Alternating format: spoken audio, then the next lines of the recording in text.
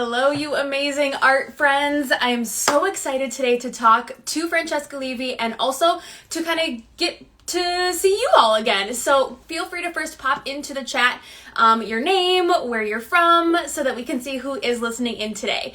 So again, today our amazing guest is going to be Francesca Levy, and she has a lot to say about creating your community. So I'm really excited to chat with her about that. And those of you that are just joining, again, tell us where you're from, where you're listening from, and what your name is so that we can hear your questions. As Francesca is chatting, you're welcome to pop anything into the chat so that she can answer those things, and I'll be sure to get her in here as soon as possible. Okay, so Francesca's here. We're super excited soon. And for those of you that are not familiar, my name is Francesca, and I work with the Art of Ed, and I also am an art teacher. Hey, Francesca! Hello! Hi, Sarah! How are you doing, friend? Happy Monday! Yes, you too! Did you survive? I survived 2 weeks. All the art teachers out there, 2 weeks. I'm so proud of you. You did it. My gooseneck is a little bit wobbly, so if I'm shaking, it'll be like a dance party. It's good. It's like a full-on dance party. Touch it. Well, welcome, Francesca. We're super excited that you're joining us. Can you go ahead and just give us a little intro about where you teach, how long you've been teaching? Just tell us a little bit about you as an educator. Sure. So, hi, everyone. My name is Francesca. I am currently an art teacher in Miami, Florida at 2 schools, so I'm split in the week. This is my second year teaching, so I've had a little bit of a interesting journey to get here, which I'm sure we're going to talk about. Yes. But I started out last year, my first year teaching in Boston, at a Boston public school. Then COVID happened in March, and I came back to Florida, which is where I'm originally from. And then I accepted a job. I decided I was going to leave my Boston job and stay in Florida.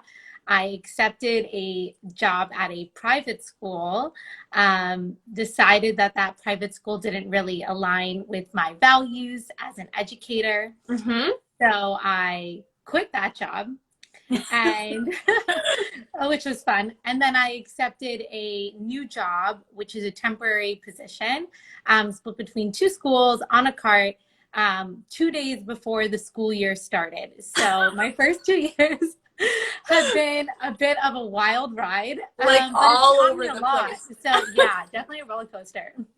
Well, I'm sure some people can relate to that. I know we have seen a lot of transitional things, and we're going to talk about that a little bit today too, because I think that's always a really great reminder, the fact that you're not alone, right? You're probably not the only person that has been at multiple schools or has seen a lot of change in their life. So we're excited to chat with you about that today too.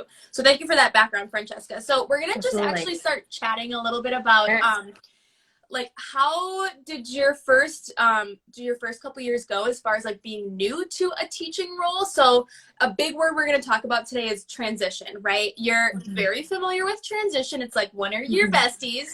But can you tell us a little bit about transitioning to a new role specifically during a pandemic? Sure. So it is really difficult transitioning to a new role in a pandemic when you can't get close to the kids, you can't meet the parents or really get involved in the community, you can't get close to other teachers. So it's kind of like you're just thrown into the water, showing up, and it's really challenging. So I've had to figure out some creative ways to figure out how to build my community and make myself feel like I'm part of the school community, even though it's such a weird year, and I can't even see half my students' faces. So I don't even know what most of them look like, because this is my first time teaching them. So I've had to get really creative, and a few ways I figured out to do that is I do parent newsletters. So I'm constantly emailing my parents, which I hope that they are not annoyed by, but it's been really great because I feel like I've really gotten to know a lot of the families in my community, even though I've never met them before. Yeah, which is really great. And then also reaching out to other art teachers in my district, really relying on the support of some of the other teachers in my school, and really reaching out has been so helpful to make this transition easier. I think that's really important the way you phrase that too, is it's an intentional like reach out and building your community, because Yeah, sometimes I feel like we think it's just gonna happen, right? That teachers will chat with each other or we'll be able to collaborate, but we need to really make those intentional steps. And I think that absolutely. you've really hit it to the point, is us really thinking about making sure we're really connecting with people, and especially in a new position, you're already probably going to feel isolated. There's Yeah, like layers stacked against you, so I really appreciate that you're making an intentional, purposeful goal to find people to really connect with. Can you yeah, tell us I a little bit really, more about those newsletters, as far as like what you put in them, or like what sure. parents say back to you? Like, how do you feel like that's been successful? Yeah, I use a free resource. It's called Publicate It. And I build my newsletters on there. It's really simple if other teachers are looking to do this. I send a little outline of what we're going to be working on in the next few weeks. I try to do it once a month. What we were working on in the past, I do a little virtual art gallery, Nice. because again, one of the challenges this year is showing artwork. So I do a little virtual art gallery, and I send any, like if I know a museum is doing a virtual event in the area, or I'm doing something in the community, I'll send out that information, resources online, all sorts Nice. of things. And I just get parents that email back and will say things like, oh, my child is really interested in this type of art or that, and I can share with them additional resources. And then we get into a little chat. So I feel like I've really gotten to know extra things about my students, about their parents or their family members, through doing this. And it's just a really simple way to build a community when I can't even see a lot of my students or parents. I love it. I love it. And you have a couple buddies in here too. Francesca's such a team player. I love it so much. So Oh, I that's think Michael. Hi, Michael. He's my co-teacher at one of my schools. that's amazing. And that really speaks to your character too. It's just knowing that you clearly are making an effort to work with your team. And Yeah, I have a quick question here about the newsletter. Is it Publicant? it's Publicate. Publicate. Okay, Publicate. So Yes. those of you that want to look that up, you can check it out. It sounds like a good I'll resource for comment sure. it when this is saved on the Art of Ed. So you guys Love can it. see. Love Mhm. it. So y'all can find it under there for sure. Yeah. Okay, so back to that transition too, because I think you've got a lot of great resources. Can you chat just a little bit about that huge transition from one role to the next? Like, what kind of advice do you have for job interviews, or creating a resume, or trying to Yeah. like land the job that you feel happy with, and making that choice Sure. that you have be the right choice? Yeah, I The have big one. probably done more job interviews than anyone in their first 2 years. I know for my first art teaching job, that's a hard job to get when you have no experience. I Yes. probably did 30 interviews. And then when I moved to Florida, did another 10. When I quit my job, did a handful more. So I've done a lot of job interviews. And my number one advice is to put yourself out there and really know who you are as a teacher. So I Mm-hmm. have a really cool teaching portfolio. I know a lot of people do that for interviews, but I Mm-hmm. made it all digital and I just emailed it to every single school and principal I was interested in. Love it. Even You're if I like, didn't know if they had take an it. art job, I was like, hey, here's my here's my portfolio, and that was really helpful. But also knowing who you are as an educator is really important. Yeah. So, like, obviously, we all have written a teaching philosophy at some point, probably in college, Mm-hmm. but really knowing that, like, in your core, because I think that what I've realized from doing so many interviews is that they really want to know what kind of teacher you are, where are your priorities, what do you really care about. So, really do some deep reflection in figuring out, well, what are my priorities? What are the things that I really Yeah. care about? What really drives me? And really knowing what your, um, who you are as an educator is the most important thing to take in with you in interviews. And if there's anyone out there listening that is in a similar transition as me, just knowing that it's not going to be perfect. I know when I was in college, I started following a lot of art teacher Instagrams and social medias, and I kind of had this idea that I would graduate and get this job, and it would just all be perfect from there. Right. But that's not the case for most teachers. Yeah. And the transition period, you have to just ride the roller coaster and know that it will teach you a lot of lessons and push you outside your comfort zone and make you a better educator. And I wish someone had told me that. And since I have been on my Instagram kind of sharing sort of my transition over the past year, I've had so many teachers reach out to me and thank me and said, wow, I really thought I was alone in going through something like this. So you're not alone, and it will make you more resilient and teach you a lot of more lessons. Yeah, that's beautiful. It's very powerful too. Always that reminder, I think, regarding anything that you're not alone, is because I think the assumption is like, I'm the only one feeling this way. I'm the only one struggling with this. And that's completely true. Just to reiterate, today we're talking about creating your own community. And right now, really focusing in on that transition from, I know you said this is your second year teaching, but you've gone through like a lot of job interviews and a lot of transitioning. So that's really what we're focusing on today, and realizing that that transition can make you strong and resilient, and that it's not a bad thing, right? I also love too your reminder about the fact that sometimes when you're seeing either art educators or artists or people on Instagram, we always need to remember that, sorry if you're hearing the siren, but always remember that it is, that art teacher comparison is real, and you feel like you're competing against these things that you see, but that it is a highlight reel that you're seeing. And even if people share the behind the scenes, you're not seeing every single moment of their day when they're like, exhausted. So we're all feeling that, and it's always important to remember that you're not the only one that's feeling that comparison too. So I thank you for bringing that to light a little bit, Francesca. Okay, so again, our topic today, I know we've been chatting about transitions and how it's really hard to move between different roles and finding that right fit. But can you tell us just a little bit more about, I know you said you were creating your own community with your newsletters. Is there anything else you feel like has helped you to create your own community at your new position? Sure. I think that one thing that I have found really powerful is having rituals in the art room. One being your mantra. I use your mantra every day with my students, and that's become a ritual for us. We also do a little cleanup trivia game at the end of every class, just to make sure that they all clean up, so okay, well, you have to tell us how that goes. So like, give us a little insight into what that looks like. Okay, like, so I noticed, I'm pushing into the classrooms, I noticed the kids don't want to finish their artwork even though I have to leave. Yes. Which is a big problem. And since I'm not in my own room, I can't kick them out. I have to figure out how to clean them up so that they are ready for what they're going to do with their teacher next. So I've started playing a cleanup trivia game where first I started with my own trivia questions, and I tell the kids the rule is I'm going to ask these trivia questions, and for you to answer, your desk has to be completely cleaned up and everything has to be put away, and you're waiting for whatever you're going to do next.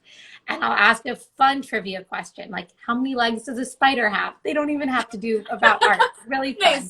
And then I give out little stickers or little things to them to make them excited. But recently I've been having, the kids love it. So I've been having them write their own trivia questions and submit them to me. And so we do that.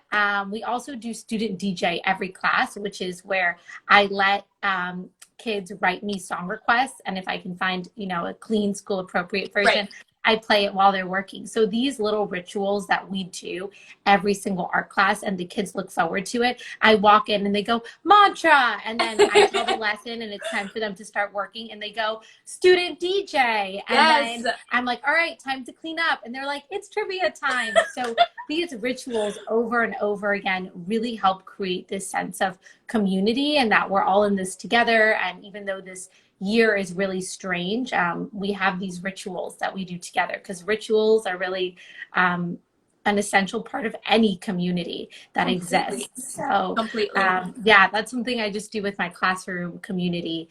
But then creating community with other teachers, whether that be teachers in my own district, reaching out and trying to create community with teachers around me, but also on social media, creating community with teachers on Instagram. I know I shout out to my anti-racist art teachers group that we started over the summer, but they have been such a a light of and a source of inspiration and of community and of pushing each other to be better educators.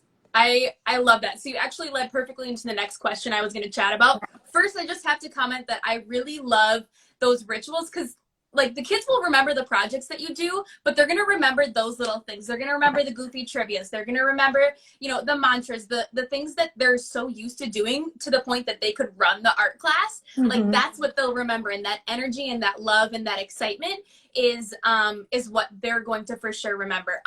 Quick question about the mantra. There's an article for the Art of Ed about a mantra, and it's creating your own classroom mantra. Ours is, well, I'll just do it really quick. It's my mantra. I'm positive, I'm creative, I'm mindful, I'm amazing, I'm an artist. And then there's other versions of that. I know some other friends that add like, I'm strong, I'm resilient, I'm flexible, and just giving kids ownership over starting their class. So real quick, now you started it's chatting the best. about, some of my students started adding ones at the end. They're like, Miss K, we forgot I'm flexible or I'm strong or I'm resilient. Okay, here we go. I love it. They take ownership over it. It's really fun. Okay, so you started chatting just a little bit more about the anti-racist art teachers group, and I'm really excited to hear more about, for those people that maybe aren't familiar with it, can you tell us about how that got started? I know you're one of the co-founders of the group. Can you just tell us a little bit about how it got started and then why you think it's important that the group exists? Sure. So I did my master's degree 2 years ago at a really great program that was art and social justice. And it really opened my eyes to how the art room is really the perfect place to bring in any types of issues, but especially social justice issues, because art is really the place where we can work through these issues. And there's so many amazing artists that do social practice art that you can bring into your classroom. So it's really such a natural fit. So I was doing this last year and I sort of was connecting with other art teachers on Instagram who were doing similar things. And then over the summer, we had when the murder of George Floyd happened and there were all of these conversations happening, we sort of looked at each other, me and Nyla, if she's watching, hi Nyla, sort of looked at each other and we're like, why are art teachers not talking about this? This is so relevant and important to the work that we do, especially when we all teach or will teach Black and Brown students. So we started just talking. We joined in with Paula Lease, if you're watching, hi. And we started with just a post on Instagram. We took the elements of art and turned it into the elements of anti-racist teaching. And we had so many teachers reach out to us and say, I'm interested, how do I do this work in my classroom? I just don't know where to start.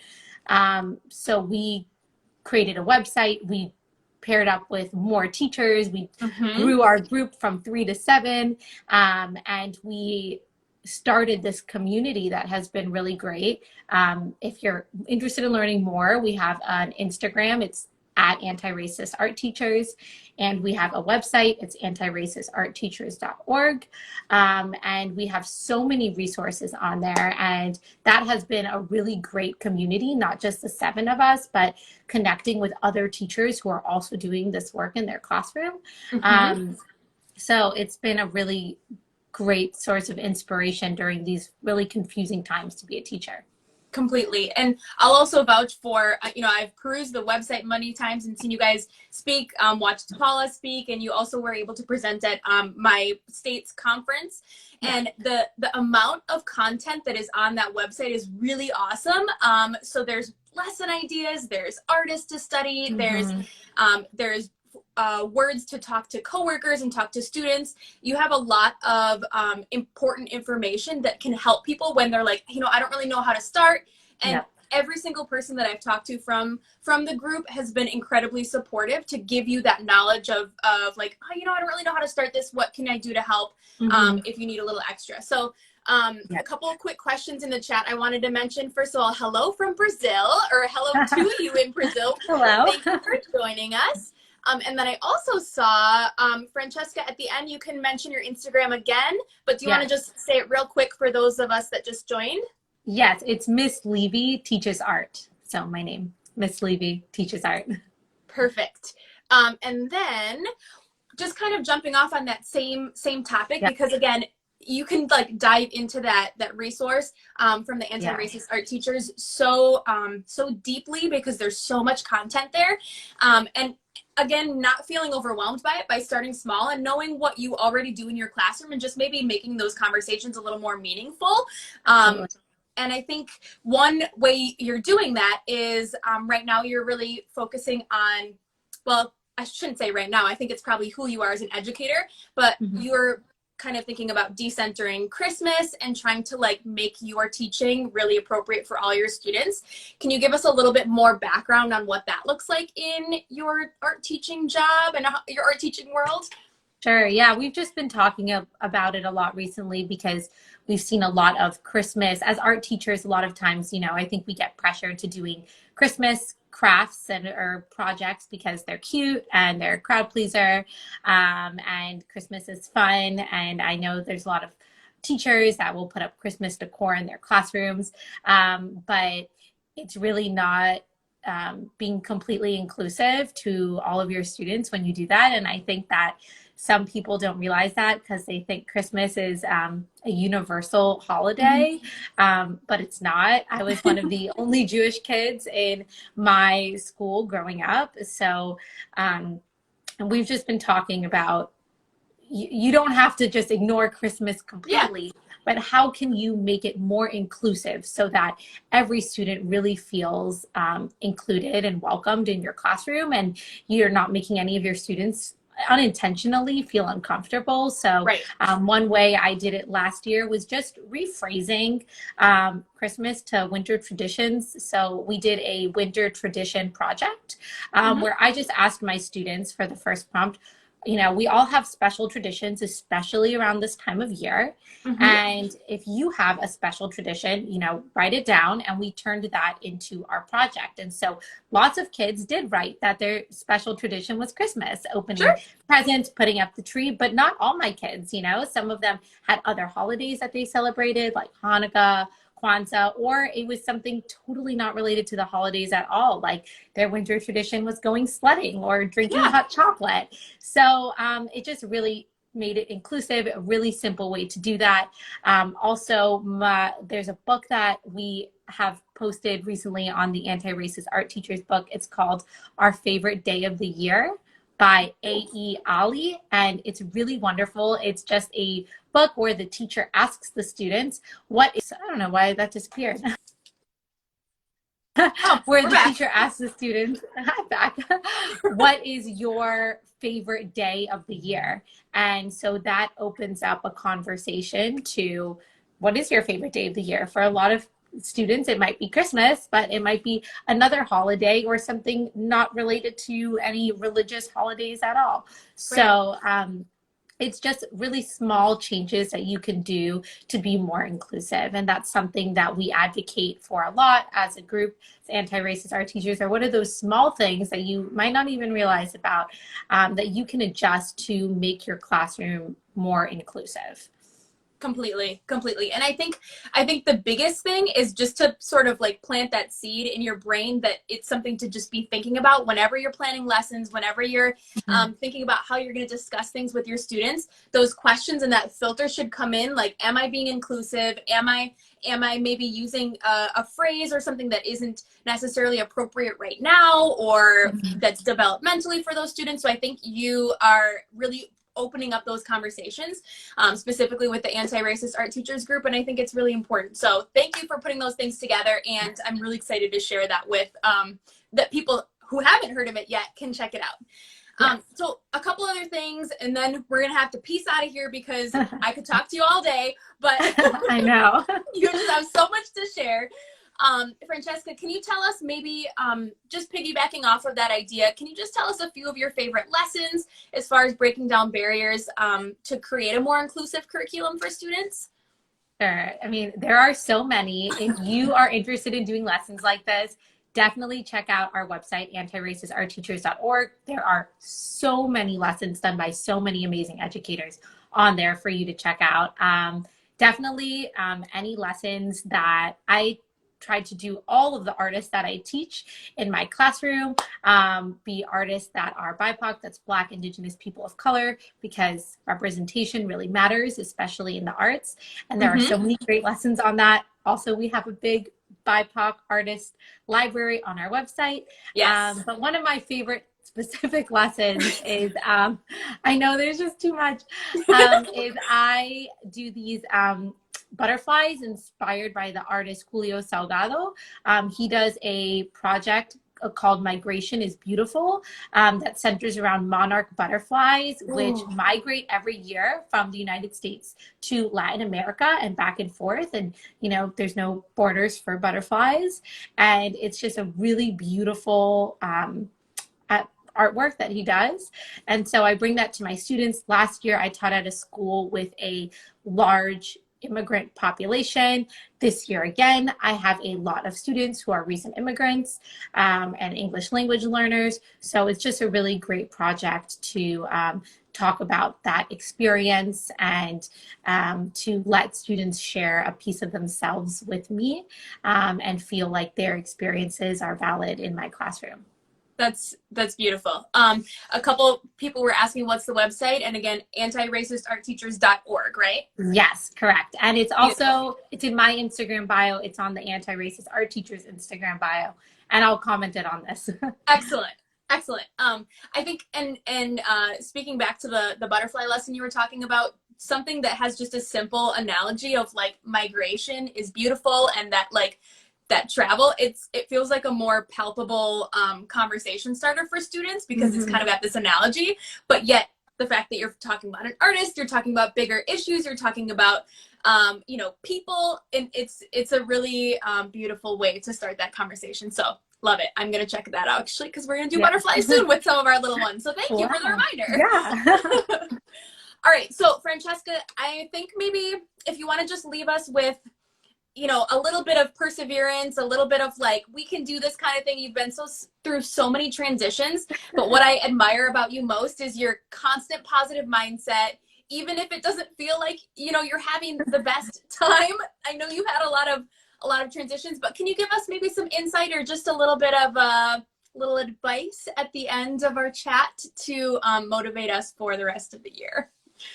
Sure. Just view all of this as you're building resilience. It's an exercise in building resilience. I have a sticky note on my desk that says you're building resilience. I was doing the math and I realized I have been teaching as a teacher in COVID longer than I was a teacher not in COVID. Ooh. And since my first year, I've been in 4 schools, if you count the one that I left. So it's been, you know, a lot of transitions, and I constantly remind myself, I'm building resilience. This resilience makes me a better teacher because I'm able to show my students that when things don't go your way, whether with an art project or with anything in life, it's okay. You're going to be resilient. And you embody that resilience as an educator and inspire your students with that. Yeah. And it's also going to make you a better teacher. I know that, you know, you might not be in 4 schools in 2 years like me, but if you're a teacher right now in 2020, you're definitely experiencing things that you didn't plan for. Right. And that is going to make you a better educator, a more resilient educator. And you're going to be able to look back on this time and think, wow, I did that. I can do anything as a teacher. So, or at least that's what I'm telling myself right now. And you like that little step back where you have that perspective and you're just like, oh, you know what? This isn't all bad. It's helping me learn. It's helping me kind of grow as a person. It's gonna be a benefit for sure. I know. Absolutely. Well, thank you so much, Francesca. I know a lot of people had a few questions about stuff, so if you want to just drop in one more time, your handle, anti-racist website and handle, just so we have all the information. And then in the Art of Ed story, I will go ahead and share some information in there too with some swipe up links so y'all can check out some of their stuff as well. So go ahead and tell us all the links we need to know. Yes, my Instagram is Miss Levy Teaches Art. You can message me. I have information on there about all the things I talked about, cleanup trivia, my newsletters, a student DJ, all of that stuff is on there. You can also message me. And Anti-Racist Art Teachers is the Instagram for our anti-racist art teaching group. And antiracistartteachers.org is our website. So Perfect. yeah. Perfect. All right, so y'all should check that out for sure. If not right now, soon, but we'll be posting stuff too in the story, so you can check it out too, and make sure to go give Francesca a follow because you are an amazing educator. So next week you can all thank you so much. You can all join us next week. I'll be chatting with LeVar from Art by LeVar, so we'll be talking about how to make it work, which I'm really excited about because, you know, that's what we're all doing right now. So Francesca, have an excellent evening, and we'll be sharing some more about what you did. Thank you, Francesca. Bye. See ya. Have a good night. Bye, everyone.